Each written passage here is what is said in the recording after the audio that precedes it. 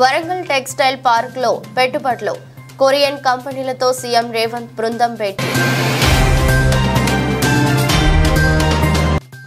అగ్రిగోల్డ్ భూముల వ్యవహారంలో ట్విస్ట్, మాజీ మంత్రి జోగి రమేష్ కుమారుడు అరెస్ట్.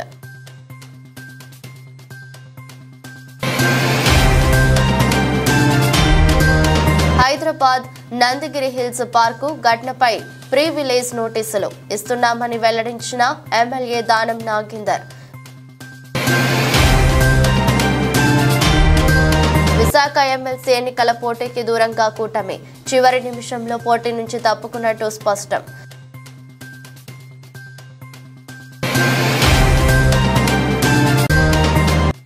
హాస్టళ్లలో 8 నెలల్లో 36 మంది విద్యార్థులు మృతి, మృతుల కుటుంబ సభ్యులను పరామర్శించిన కేటీఆర్.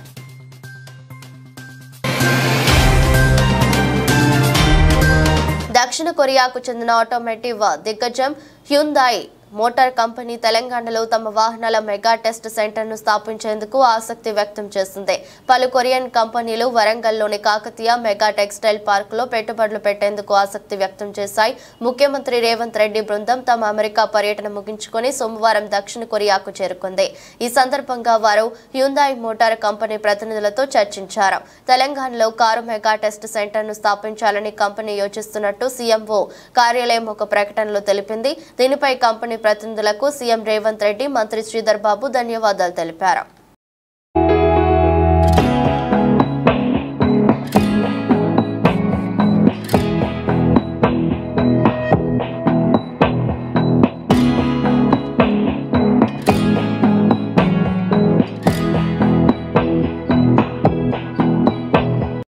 అగ్రిగోల్డ్ భూముల వ్యవహారంలో కీలక పరిణామం చోటు చేసుకుంది. ఏపీ మాజీ మంత్రి, వైసీపీ నేత జోగి రమేష్ కుమారుడు జోగి రాజీవ్ ను ఏసీబీ అధికారులు అరెస్ట్ చేశారు.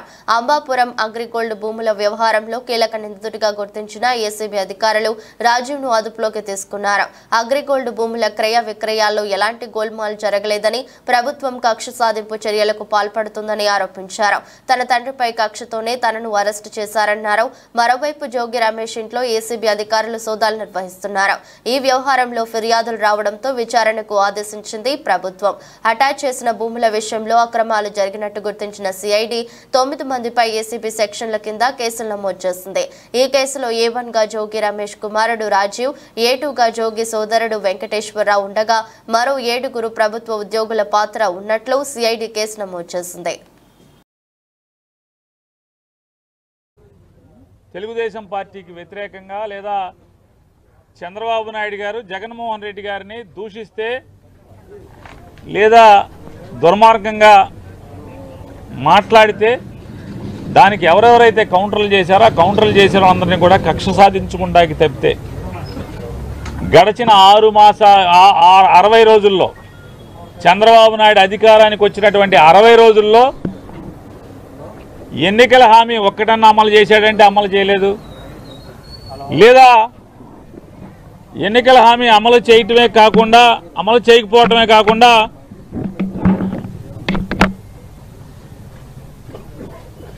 ఓ మంచి కార్యక్రమం ఏమన్నా చేశారా అంటే ఈ రాష్ట్రాన్ని ఉద్ధరించేదానికి ఒక్కటి చేయకపోగా అన్ని ఎఫ్ఐఆర్లు కడతాం, తప్పుడు కేసులు కడతాం, దొంగ కేసులు కడతాం.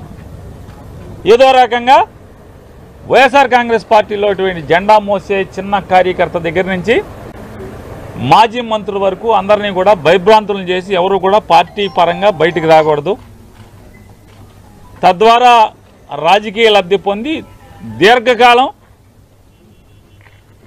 తన కొడుకు ఈ రాష్ట్రాన్ని అధికారాన్ని అనుభవించే కుట్రలో భాగమే ఇవాళ జోగి రమేష్ గారి కుమారుడిని కేసులో ఇరికించడం. అంటే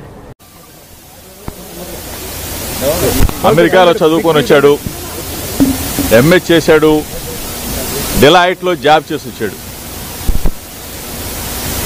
అసలు అమాయకంగా ఎటువంటి తప్పు చేయనటువంటి మా కుటుంబాన్ని నా మీద కక్ష ఉంటే ఉండొచ్చు చంద్రబాబు నాయుడు గారికి, నా మీద కక్ష ఉంటే ఉండొచ్చు లోకేష్కి. అగ్రిగోల్డ్ ఏంటి బాబు, అగ్రిగోల్డ్ ఆస్తులు ఆల్రెడీ అటాచ్మెంట్లో ఉన్నాయి. మొట్టమొదటిసారి నేను మీడియా ముందు మాట్లాడుతూ ఉన్నా. మొట్టమొదటిసారిగా ప్రభుత్వం అధికారంలోకి వచ్చిన తర్వాత మొట్టమొదటిసారిగా మీడియా ముందుకు వచ్చారు. ప్రభుత్వం ఏదైనా మంచి చేస్తే మంచి చెప్దామని చెప్పి అనుకున్నాం. కానీ ఈరోజు అగ్రిగోల్డ్ భూములు ఏంటి? ఆల్రెడీ అటాచ్మెంట్లో ఉన్న భూముల్ని ఎవరన్నా కొంటారా? అటాచ్మెంట్లో ఉన్న భూములు అది కూడా 2300 గజాల భూమి. ఆ 2300 గజాల భూమిని ఈనాడు పేపర్లో ఇందులో ల్యాండ్ గ్రాబింగ్ యాక్ట్ అలాగే గవర్నమెంట్ ఎంప్లాయీస్ కూడా ఉన్నారు కాబట్టి పీసీ యాక్ట్లో మేము కేసు రిజిస్టర్ చేయడం జరిగింది. యాక్చువల్గా సిఐడిలో నాకు తెలిసి పీసీ యాక్ట్లో వాళ్ళు కట్టలేదు. సో ఫర్దర్గా ఇందులో ఏంటంటే వాళ్ళ కేసు ఇంగ్రీడియంట్స్ ఏంటో చూసుకొని వాళ్ళ దగ్గర నుంచి కూడా తెప్పించుకొని వాళ్ళ ఇన్వెస్టిగేషన్ రిపోర్టు వాళ్ళ రిపోర్ట్ కూడా తెప్పించుకొని మేము క్లబ్ చేసుకోవడం జరుగుతుంది. లేదా ఫర్దర్గా ఏం ఇన్స్ట్రక్షన్స్ ఉంటాయో దాన్ని బట్టి చేస్తాం. అదే కదా ఇప్పుడు వాళ్ళ ఇంగ్రీడియంట్స్ అంటే అసలు వాళ్ళ రిపోర్ట్ని బట్టి వాళ్ళు అంటే యాక్చువల్గా ఈ ల్యాండ్స్ అన్నీ కూడా అగ్రిగోల్డ్ ల్యాండ్స్ ఏవైతే మేము కేసు రిజిస్టర్ చేసామో అదంతా కూడా సిఐడి అటాచ్మెంట్లో ఉన్నాయి. సిఐడిలో అగ్రిగోల్డ్ కేసు జరుగుతుంది కాబట్టి అటాచ్మెంట్లో ఉన్నాయి. సో ఇనీషియల్గా వాళ్ళు ల్యాండ్ అటాచ్మెంట్లో ఉంది కాబట్టి వాళ్ళు కేసు రిజిస్టర్ చేశారు. గట్టిగా హైదరాబాద్ నందగిరి హిల్స్ పార్కు ఘటనపై అధికారులకు ప్రివిలేజ్ నోటీసులు ఇస్తానని ఎమ్మెల్యే దానం నాగేందర్ వెల్లడించారు. ప్రజా సమస్యలు పరిష్కరించడం తన బాధ్యతన్న దానం తనను అడ్డుకునే హక్కు ఏ అధికారికి లేదని వివరించారు. జీహెచ్ఎంసీ పెట్టిన కేసుపై స్పందించిన దానం వాటికి భయపడేది లేదని వెల్లడించారు. నాలా ప్రభుత్వ స్థలాలు పార్కులు కబ్జా ఉంటే చర్యలు చేపట్టాలే తప్ప ఎస్సీ ఎస్టీలు గుడిసెలు తొలగించడం సరికాదని వివరించారు. త్వరలోనే సీఎం రేవంత్ రెడ్డి దృష్టికి ఈ విషయాన్ని తీసుకెళ్తానని దానం నాగేందర్ వివరించారు. ఇలా కాదు ఇంకా 100 కేసులు పెట్టినా నేను పోతాను. వీళ్ళ మీద అధికారుల మీద నేను ప్రివిలేజ్ మోషన్ ఇస్తున్నా. ఎందుకంటే నా నియోజకవర్గానికి పోవద్దని చెప్పడానికి వాళ్ళు ఎవరు? వాళ్ళకి ఏం అధికారం ఉంది? కాబట్టి నేను ప్రివిలేజ్ మోషన్ కూడా ఇవ్వబోతున్నా వాళ్ళ మీద. ఎందుకంటే ఇలాగా అద్దు మీరి ప్రవర్తిస్తా ఉన్నారు. అద్దు ఎంత ఉందో అంత పని చేసుకుంటే వాళ్ళకి మంచిది, మాకు మంచిది. అధికారులు ఏదో డిపార్ట్మెంట్ వరంగా అది ఉంటే అక్కడ మీరు ఎవరిని ఇన్వాల్వ్ చేయలేదు. ప్రధానంగా జీహెచ్ఎంసీ ఇన్వాల్వ్ చేసేది ఉండే. ఈవీడీ ఏమంటే నీకు జీపీఏ ఇయ్యలేదు, ముఖ్యమంత్రి గారు రైట్ తీసుకొని మొత్తం హైదరాబాద్ లో నీ ఇష్టం వచ్చినట్టు చేసుకోమని చెప్పలే. పార్క్ ఉంటే పార్క్ వాళ్ళని వీళ్ళు డిపార్ట్మెంట్ ఉంది, డిపార్ట్మెంట్ పిలిచి మీరు ఎందుకు ఇన్ని రోజుల నుంచి మీరు ఎందుకు తీసుకోలేదు అని వాళ్ళ మీద యాక్షన్ తీసుకోండి. ముందుగాల ఈ పార్క్ ల్యాండ్ ఎందుకు ఇట్లా వదిలేసిరని వాళ్ళని అడగాలి ముందుగాల. అవన్నీ ఏమి చేయలేదు. ఎందుకంటే కొంతమంది ఆఫీసర్లకు కొన్ని ఉద్యోగాలు ఇష్టం ఉండదు. ఇదంతా ఏంటంటే ఇలాంటి ఉద్యోగం ఇష్టం లేక ఇక ఇట్లా పనులు చేస్తే మమ్మల్ని తీసేసి ఇంకా మంచి ఉద్యోగం ఇస్తామని ప్రయత్నం చేస్తారు. కాబట్టి ఆ ప్రయత్నంలో భాగంగా మా మీద కూడా కేసు పెట్టిరేమో, సంతోషమే, దాన్ని వెల్కమ్ చేస్తాం. మా మీద ఇంతకు ముందు గతంలో మేము ప్రజా వ్యతిరేక విధానాలకు పోరాడినాము. అప్పుడు చేసినప్పుడు 190 కేసులు ఉండే నా మీద. ఇది కూడా ప్రజా సమస్యల మీద పోరాడుతున్నాం. ఇంకా 10 కేసులు పెట్టుకున్నా నేను భయపడను. స్థానిక సంస్థల ఎమ్మెల్సీ ఉప ఎన్నికకు దూరంగా ఉండాలని ఎన్డీఏ కూటమి నిర్ణయించింది. ఎమ్మెల్సీ ఎన్నికల్లో పోటీ చేయాలని టీడీపీ భావించిన చివరి నిమిషంలో పోటీ నుంచి తప్పుకున్నారు. విశాఖ స్థానిక సంస్థల ఎమ్మెల్సీ ఉప ఎన్నికల్లో వైసీపీ తరపు బొత్స సత్యనారాయణ పోటీ చేస్తున్నారు. సార్వత్రిక ఎన్నికల సమయంలో వైసీపీ ఎమ్మెల్సీ రాజీనామా చేసి జనసేనలో చేరడంతో ఖాళీ అయిన స్థానానికి ఉప ఎన్నిక జరుగుతోంది. తాజాగా ఉప ఎన్నికల్లో పోటీకి దూరంగా ఉండాలని చంద్రబాబు నిర్ణయించారు. మంగళవారం నామినేషన్ వేయడానికి గడువు కావడంతో పోటీపై పార్టీ నిర్ణయాన్ని చంద్రబాబు టెలికాన్ఫరెన్స్ లో వెల్లడించారు. పోటీకి దూరంగా ఉండాలని అభిప్రాయాన్ని కూటమి నేతలకు సీఎం చంద్రబాబు వివరించారు. ఎన్నికల విషయంలో చంద్రబాబు అత్యంత హుందాగా వ్యవహరించారని కూటమి నేతలు ప్రకటించారు. ఉప ఎన్నికలో గెలవాలంటే పెద్ద కష్టం కాదని, హుందాగా రాజకీయాలు చేద్దామని చంద్రబాబు టెలికాన్ఫరెన్స్ లో వివరించారు. గడువులోగా నామినేషన్ ఉపసంహరించుకుంటే పోలింగ్ లేకుండానే బొత్సను విజేతగా ప్రకటించే అవకాశం ఉంది.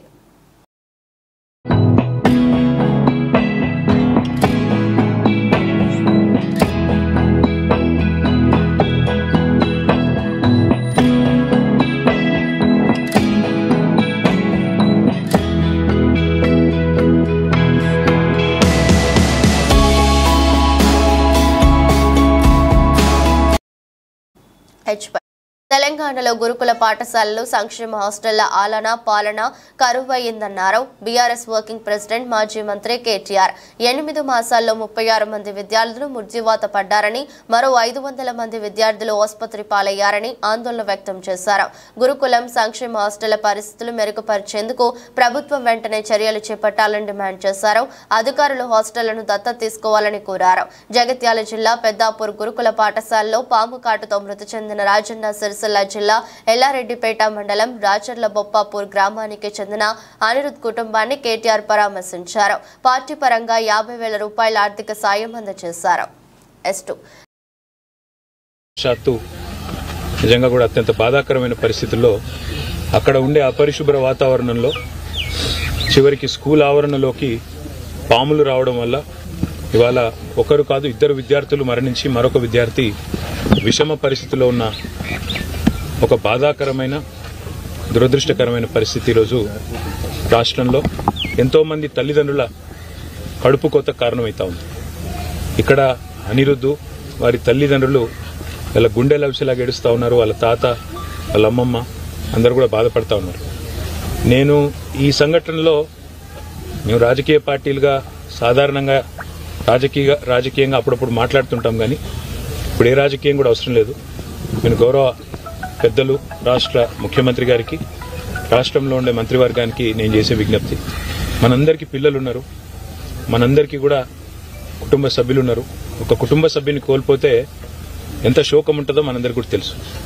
నేను మనస్ఫూర్తిగా ప్రార్థించేది, గత కొద్ది కాలంగా సంక్షేమ హాస్టళ్లు, గత కొద్ది కాలంగా సంక్షేమ వసతి గృహాలు ఏవైతున్నాయో వాటి ఆలన పాలన చూసుకుంటూ లేకుండా పోయినాడు.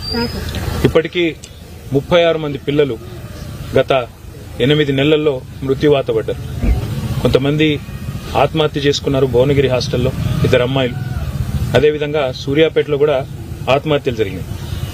అదే మాదిరిగా ఇట్లా దురదృష్టవశాత్తు పాముకాట్లు, కల్తీ ఆహారం, ఇన్ని రకాల సంఘటనలు జరగడం అనేది నిజంగా కూడా బాధాకరం. వీళ్ళంతేంతో ఆ 36 కుటుంబాలు ఏవైతే గుండె కోతకు గురైనాయో ఆ కుటుంబాలకు దయచేసి ఆదుకోండి. ఎందుకంటే వాళ్ళంతా పేద పిల్లలు, వాళ్ళ మీద గంపెడు ఆశలు పెట్టుకున్నారు తల్లిదండ్రులు. ఇందాక మా పార్టీ తరఫున ఏదో నాకు చూచిన ఒక ఉడతా భక్తిగా కొంత సాయం అమ్మాయికి చేస్తే అమ్మాయి మాట అన్నది, అన్నా మీరు నా కొడుకు చనిపోయిండు కానీ మరొక తల్లికి గుండె శోకం ఉండకుండా చూడండి అన్న, మీకు అవకాశం ఉంటాయని చెప్పింది. ఆ తల్లి చెప్పిన మాటల్లోంచే ఒక నిర్ణయం కూడా నేను తీసుకున్నా. మా పార్టీ తరఫున పెద్దలు ఆర్ఎస్ ప్రవీణ్ కుమార్ గారు గతంలో అడిషనల్ డైరెక్టర్ జనరల్ గా ఈ గురుకులాలకు సెక్రటరీగా కూడా వారు పనిచేస్తున్నారు.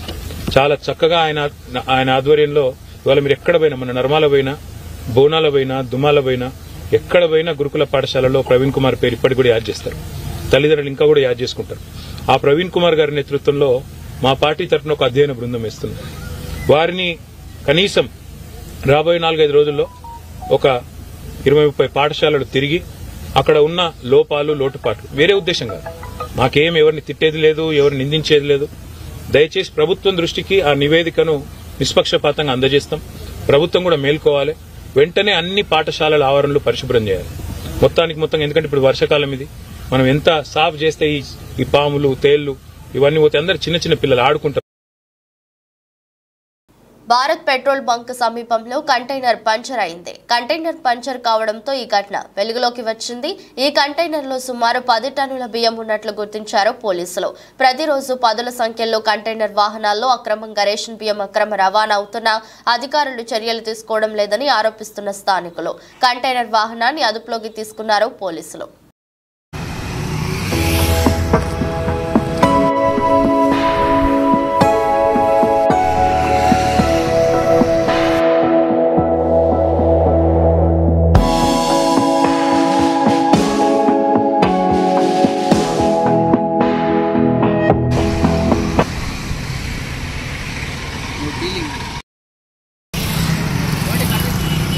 హర్ ఘర్ తిరంగా ర్యాలీ ఘనంగా జరిగింది. ఆర్కే బీచ్ వేదికగా జరిగిన ఈ కార్యక్రమానికి జిల్లా కలెక్టర్ హరీంద్ర ప్రసాద్ ముఖ్య అతిథిగా పాల్గొని జెండా ఊపి ర్యాలీ ప్రారంభించారు. ప్రతి భారతీయుడు జాతీయ పతాకాన్ని ఎగురవేయడానికి ప్రోత్సహించడం ద్వారా వారిలో దేశభక్తి, జాతీయతా భావాన్ని, స్ఫూర్తిని పెంపొందించడం కోసం ఉద్దేశించింది హర్ ఘర్ తిరంగా కార్యక్రమం అన్నారు. త్యాగమూర్తుల పుణ్యఫలం మన దేశ స్వాతంత్ర్యమని, దేశం కోసం ప్రాణాలు వదిలిన అమరవీరులను జాతి స్మరించుకోవాలని అన్నారు. GVMC commissioner Sampath Kumar, joint CP ఫకీరప్పలు విశిష్ట అతిథులుగా ఈ కార్యక్రమంలో పాల్గొన్నారు.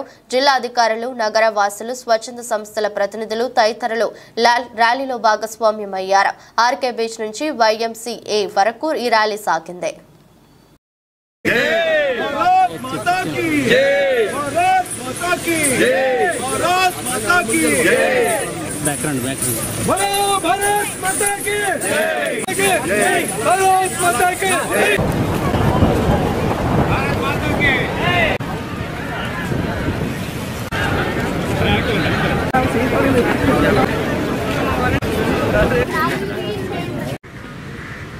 పోలీస్ శాఖ పాత్రిక సోదరులందరికీ కూడా advance independence day wishes, advance స్వతంత్ర దినోత్సవ శుభాకాంక్షలు తెలియజేస్తున్నాను.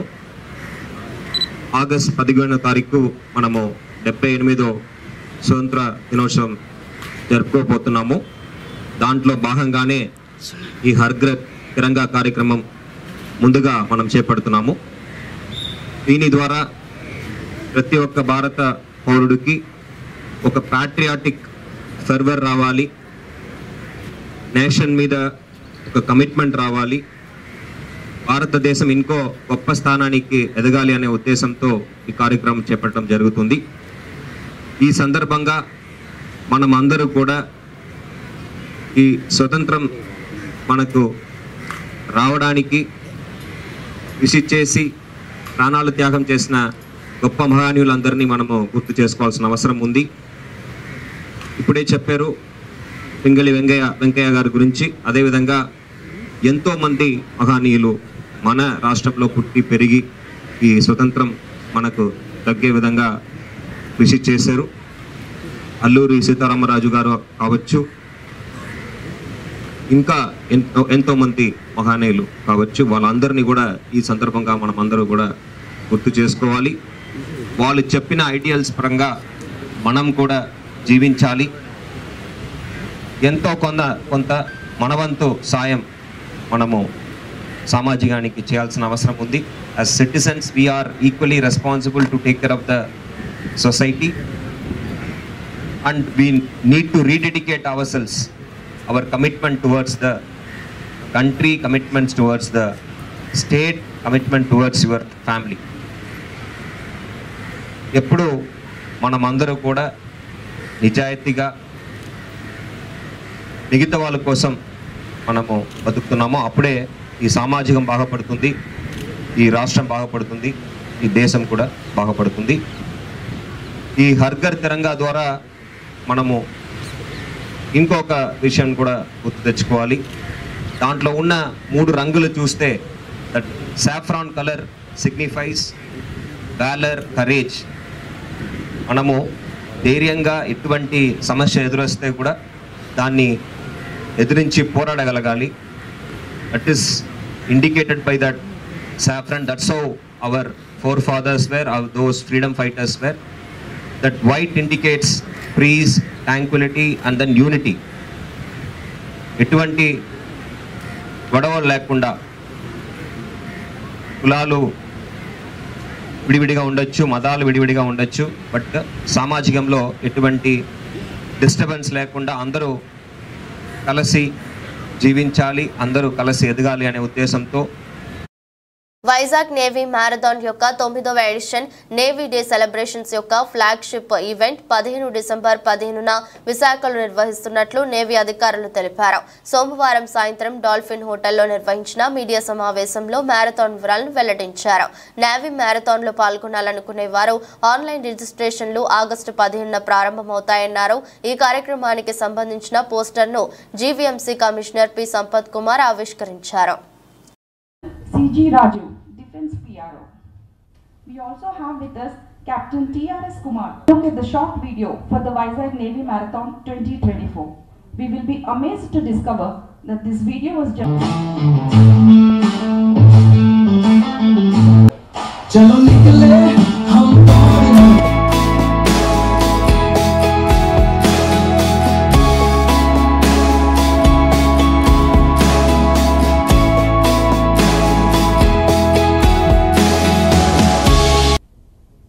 then men of మైనర్ బాలికపై క్యాటరింగ్ వర్కర్ లైంగికంగా వేధిస్తున్న సంఘటన జనగామ జిల్లా పాలకుర్తి మండల కేంద్రంలో ఆలస్యంగా వెలుగులోకి వచ్చింది. పాలకుర్తి మండల కేంద్రంలోని సాంఘిక సంక్షేమ బాలికల గురుకుల పాఠశాలలో 8వ తరగతి చదువుతున్న విద్యార్థిని నెల రోజులుగా సెలవులపై ఇంటికి వెళ్లి ఇంటి వద్దనే ఉండటంతో బాలిక తల్లిదండ్రులు బాలికను ప్రశ్నించారు. వెంటనే బాలిక ఏడ్చుకుంటూ పాఠశాలలో క్యాటరింగ్ వర్కర్ శ్రీకాంత్ అనే వ్యక్తి తనను గత కొన్ని రోజులుగా లైంగికంగా వేధిస్తున్నట్లు బాలిక తల్లిదండ్రులకు బోర్న విలపించింది. వెంటనే తల్లిదండ్రులు పాలకుర్తి సాంఘిక సంక్షేమ గురుకుల పాఠశాలకు వెళ్లిన విద్యార్థిని తల్లిదండ్రులు, ఉపాధ్యాయులను మరియు క్యాటరింగ్ వర్కర్ శ్రీకాంత్ ను మందలించారు. అనంతరం పాలకుర్తి పోలీస్ స్టేషన్ లో ఫిర్యాదు చేశారు. పోలీసులు కేసు నమోదు చేసి దర్యాప్తు చేస్తున్నట్లు ఎస్ఐ ప్రసన్న కుమార్ తెలిపారు. కూకట్పల్లి కేబీహెచ్బీ కాలనీ 114వ డివిజన్లోని ఫిష్ మార్కెట్లో గల అవకతవకలను పరిశీలన విషయమై కాంగ్రెస్ పార్టీ కూకట్పల్లి ఇన్ఛార్జి గౌరవనీయులు బండి రమేష్ పరిశీలనకు వచ్చారు. మార్కెట్ అంతా తిరిగి ప్రతి ఒక్కరి నుంచి వివరాలు సేకరించారు. పేరుకి 86 షాపులు ఉన్నా లోపల నడిచేటివి మాత్రం 30 షాపులు మాత్రమే. అవి కూడా సంబంధించినటువంటి గంగపుత్రులు కాకుండా, పల్లెకారులు, మత్స్యకారులు కాకుండా వేరే కమిటీ వారు అసోసియేషన్ లో ఉండటం, ముస్లిం, కమ్మ, కాపు వారు ఆ షాపుల్లో అలాట్మెంట్ పేర్లు ఉండటం, గంగపుత్రులకు జరుగుతున్నటువంటి అన్యాయం మీద బండి రమేష్ అక్కడ అసోసియేషన్ జీహెచ్ఎంసీ అధికారులను నిలదీశారు. జీహెచ్ఎంసీకి రావాల్సినటువంటి ఆ రెంట్ అమౌంట్ ఎవరికి వెళ్తుంది, ఏఈని అడగటం జరిగింది. అవి వారికి రాకుండా ప్రభుత్వ ఖజానాకు గండి కొట్టే ప్రయత్నం జరుగుతుంది. పేపర్లో షాప్ రెంట్ 1500 నుంచి 2000 ఉండగా దానికి బినామీలుగా ఉన్నవారు 15,000 నుంచి 20,000 రెంటల్ బాహాటంగా వసూలు చేస్తున్నారు. ఏకంగా ఈ బీఆర్ఎస్ నాయకులైతే ఫిష్ మార్కెట్ కు సంబంధించిన షాప్ మొత్తాన్ని టిఫిన్ సెంటర్ కి 25,000కు ఇవ్వడం జరిగింది. ఇవన్నీ బండి రమేష్ దృష్టికి రావడంతో సంబంధిత అధికారులకు దీన్ని తెలియజేశారు. వెంటనే ఆ పాత అసోసియేషన్ రద్దు చేయాలని, బినామీలుగా ఉన్న అదర్ కులాల వారిని తొలగించాలని వారు చెప్పారు. గంగపుత్రులుగా ముదిరాజులు, మత్స్యకారులు లేక ఎస్టీలు కాని వారందరినీ వెంటనే షాపులు ఖాళీ చేయించాలని అధికారులకు తెలియజేశారు. ఈ కార్యక్రమంలో డివిజన్ ప్రెసిడెంట్ రజిత, భోజమ్మ, యమున, రాజ్యలక్ష్మి, మక్టూమ్, శివ చౌదరి, బాబ్జీ, బచ్చుపల్లి వెంకటేశ్వరరావు, గిరి, ఆదిబాబు తదితరులు పాల్గొన్నారు.